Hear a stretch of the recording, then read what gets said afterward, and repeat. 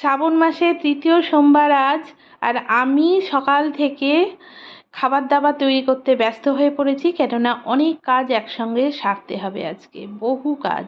আজকে রান্না করেছি হলদি লুচি আর মিষ্টি মুখের জন্য বেসনের কাঢ়া। অনেকটাই বেলা হয়ে গেল, সব কাজ সেরে আমি বারান্দা দিয়ে দেখছি খেতে বসার আগে কত যাত্রী এখনও যাচ্ছে।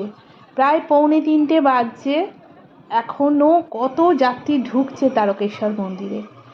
আজকে সবথেকে রেকর্ড ভিড় হয়েছে, প্রচুর ভক্তের সমাগম।